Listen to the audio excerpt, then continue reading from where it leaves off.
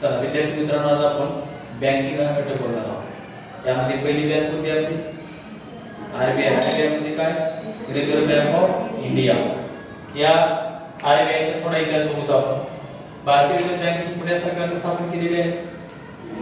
भारत सरकारने स्थापन केलेली संस्था असून याची स्थापना कधी झाली माहिती आहे? 1 एप्रिल 1935. 1 एप्रिल 1935 ला स्थापना झाली. इथे दिली बघा स्थापना. मुख्यालय कुठे आहे? मुंबईला आहे. माहित आहे. सध्याचे गव्हर्नर कोण आहेत? शक्तिकांत दास यांचा बदललेले आहे. नवीन कोण आहे? गव्हर्नर आरबीआयचे नवीन. कालच सांगितलं होतं तुम्ही आरबीआयचे गव्हर्नर नवीन. शक्तिकांत दास काल परवाच रिटायर झाले आणि संजय मल्होत्रा आले. लक्षात ठेवा. आरबीआयचे काय ते नवीन गव्हर्नर आहे संजय मल्होत्रा. आरबीआय ही बँक पूर्ण जगासाठी का फक्त भारतासाठी? फक्त भारतासाठी काम करते. माहिती या बँकेनं रुपया याच्यावर आधारित चर्चा केलेली आहे आणि रुपया तयार करणे, चलन निर्मिती, बरं का, कोणती निर्मिती? चलन निर्मिती आणि चलन नियंत्रण, हे दोन महत्त्वाचे काम करण्याचं कार्य कोणती बँक करते? आरबीआय. आरबीआयचं पुढे इतिहास तसं मध्यवर्ती बँक म्हणून 1771 ला भारतासाठी मध्यवर्ती बँकेची स्थापना करण्याची कल्पना कोणी मांडली होती? वॉरन हेस्टिंग्जने मांडली होती. जबाबदारचा कोण होता? Governor general. हे मांडली होती. 1926 च्या यंग बुलेटिन आयोगाच्या शिफारसीवरून तसेच गोलमेज परिषदेच्या चर्चांती त्यांनी ही बँक स्थापन करायची संकल्पना मांडली होती. 1 जानेवारी 1927 मध्ये सर्वप्रथम सेंट्रल बँकिंगच्या उत्पन्नाची काय झाली? सुरुवात झाली. 1 जानेवारी 27.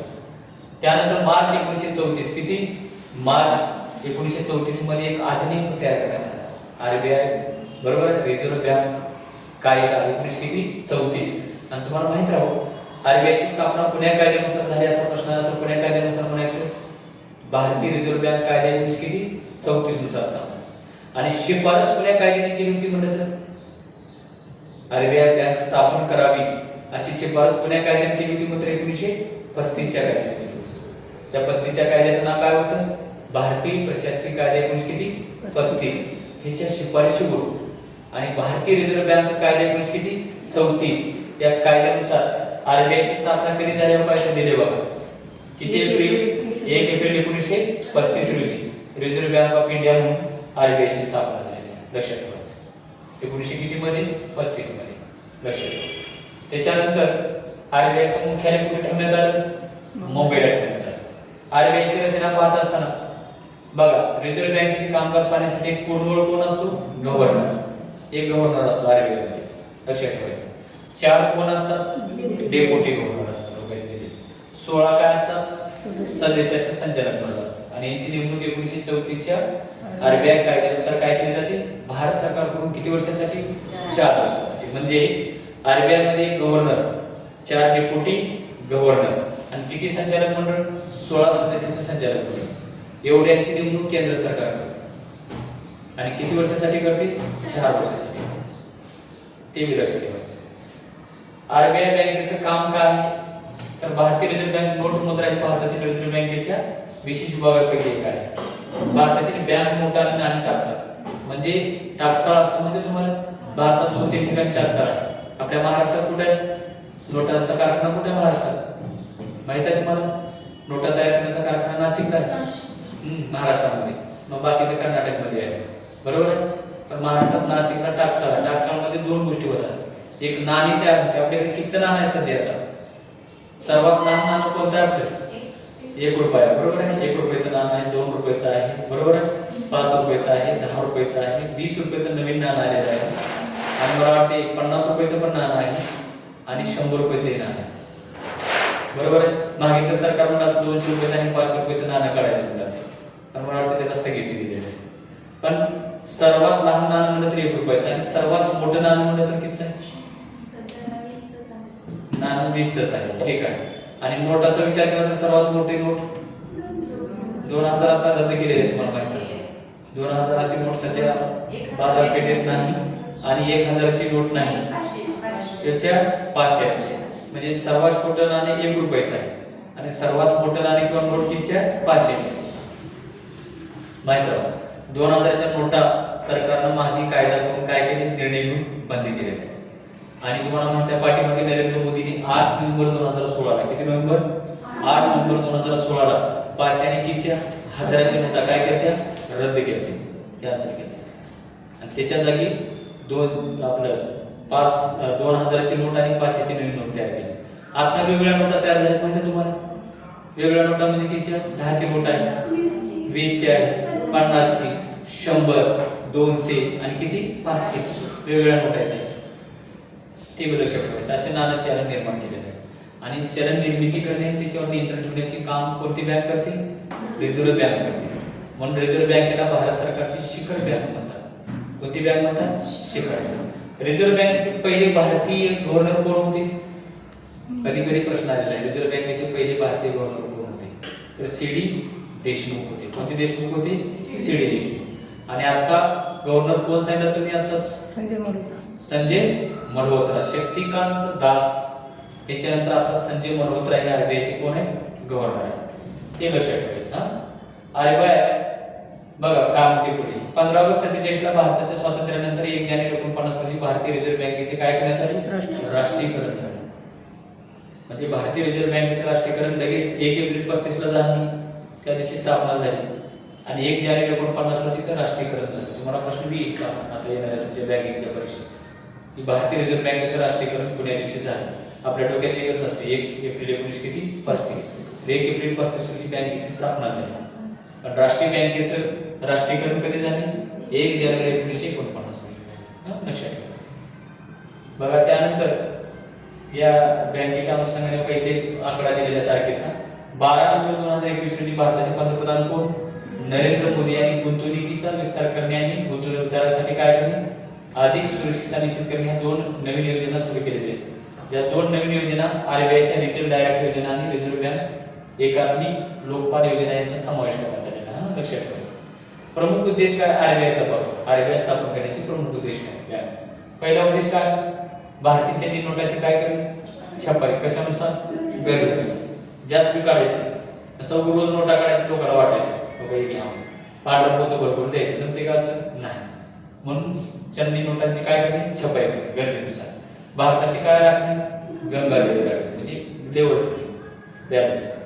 भारताची आर्थिक स्थिती काय करणे, राखणे, सुधारणे आणि राखणे. आणि भारतीय चलन आणि पत यांचे काय करणे, रक्षण. अशा 4 मुख्य उद्देशांनी पुणे बँकेची स्थापना झाली, भारतीय रिझर्व्ह बँकेची. आता रिझर्व्ह बँकेचं कार्य काय बघावं का, मौद्रिक अधिकार, चलनविषयक धोरण तयार करणे, किंवा पैसा कसा निर्माण करायचा त्याचे धोरण तयार करणे, अंमलबजावणी करते आणि देखरेख पण करते. उद्देश विकासाचे उद्देश लक्षात घेऊन किमतीची स्थिरता राखणे, आर्थिक प्रणालीचे काय करणे, नियमन व परीक्षण करणे. त्यानंतर विदेशी विनिमय व्यवस्थापन कायदा 1990 व्यवस्थापित करणे. बघा चलन जारी करता नवीन चलन आणि नाणी प्रचलित करणे, विनिमयासाठी योग्य नसलेले चलन आणि नाणी काय करणे, नष्ट करणे. म्हणजे आता तुम्हाला माहितीच आहे नवीन चलन निर्मिती करणे. म्हणजे आता मोदी सरकारनं तुम्हाला माहिती आहे 8 नोव्हेंबर 16 ला 2 नोटा रद्द केल्या. कोणत्या, 500 आणि 1000च्या, बरोबर आहे. नाणी नष्ट करणे आणि नवीन निर्माण केल्या नोटा. तुम्हाला माहितीच आहे 10ची नोट आहे, 5च्या, 10च्या, 20च्या, 50च्या, 100च्या, 200 आणि किती 500च्या नवीन नोटा निर्माण केली. मुख्य कार्य त्या नोटावर चित्र वगैरे निश्चित करणे, कुठले कुठले काय असते ते बी लक्षात घ्या. पेमेंट आणि सेटलमेंट प्रणाली नियमन करणे, परीक्षण करणे. त्याचे संबंधित कार्य काय, बँकर्स सरकार, केंद्र आणि राज्य सरकारसाठी व्यापारी बँक कार्य करते बँक, तसेच त्यांच्या बँक म्हणून काम करते. बँकेकडे बँक सर्व अनुसूचित बँकांची बँक खाती ठेवली जातात. त्याच्याकडे सर्व बँकांची वरची नियंत्रण ठेवणारी बँक शिखर बँक म्हणून कोणती ओळखली जाते, आरबीआय ओळखली जाते. केंद्र सरकार आर्थिक मदत करते, पत ठरवते आर्थिक पत, ते राखते, आर्थिक स्थिरता ठेवण्याचं काम करते बँक. नवीन चलन निर्मिती करणे, जुन्या नोटा रद्द करून टाकणे, बरंच सुंदर कार्य हे बँक करत असते. लक्षात ठेवा. तर बघा इथे थोडा इतिहास दिलेला आहे, थोडक्यात दोन सांगतो. 1 एप्रिल 1935 रोजी रिझर्व्ह बँकेची काय झाली, स्थापना झाली. भारतीय रिझर्व्ह बँक कायदा 1934 नुसार झाली.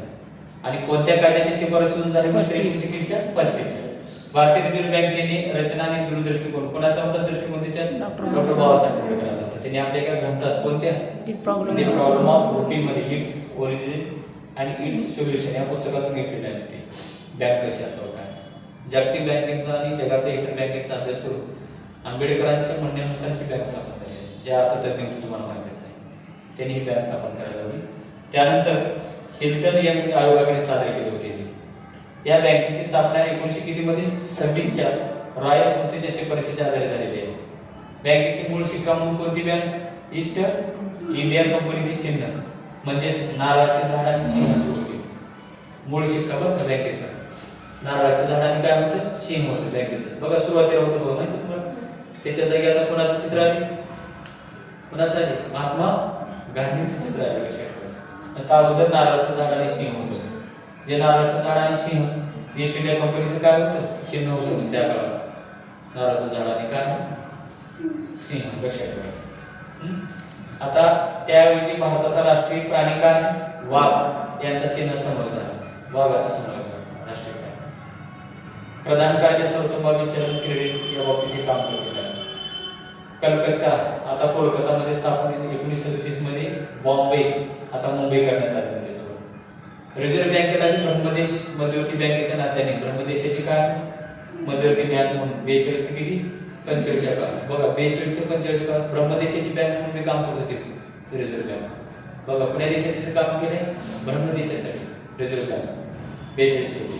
47 मध्ये भारत पाकिस्तानची फाळणी झाल्यानंतर 35 भारतीय केंद्रीय पासून बँक स्टेट बँक ऑफ पाकिस्तानसाठी जून 48 पर्यंत पाकिस्तानची मध्यवर्ती बँक म्हणून काम केले. म्हणजे तुम्हाला माहित राहू भारतीय केंद्रीय काय म्हणून बँक स्टेट बँक ऑफ काय पाकिस्तानसाठी जून कधीपासून 48 पर्यंत पाकिस्तानची मध्यवर्ती बँक म्हणून काम केले. लक्षात ठेवायचं पाकिस्तानची मध्यवर्ती बँक. आणि रिझर्व्ह बँकेने 1949 मध्ये भारत सरकारद्वारे काय केलेलं आहे? राष्ट्रीयकरण. 1949 मध्ये त्याच्या अगोदर राष्ट्रीयकरण झालेलं नाही. तसं रिझर्व्ह बँकेचा थोडा इतिहास आहे. म्हणजे ब्रह्मदेशासाठी आणि पाकिस्तानसाठी सध्या मध्यवर्ती बँक म्हणून काम केलेलं आहे. कोणत्या बँकेतून? Reserve bank. लक्षात ठेवा.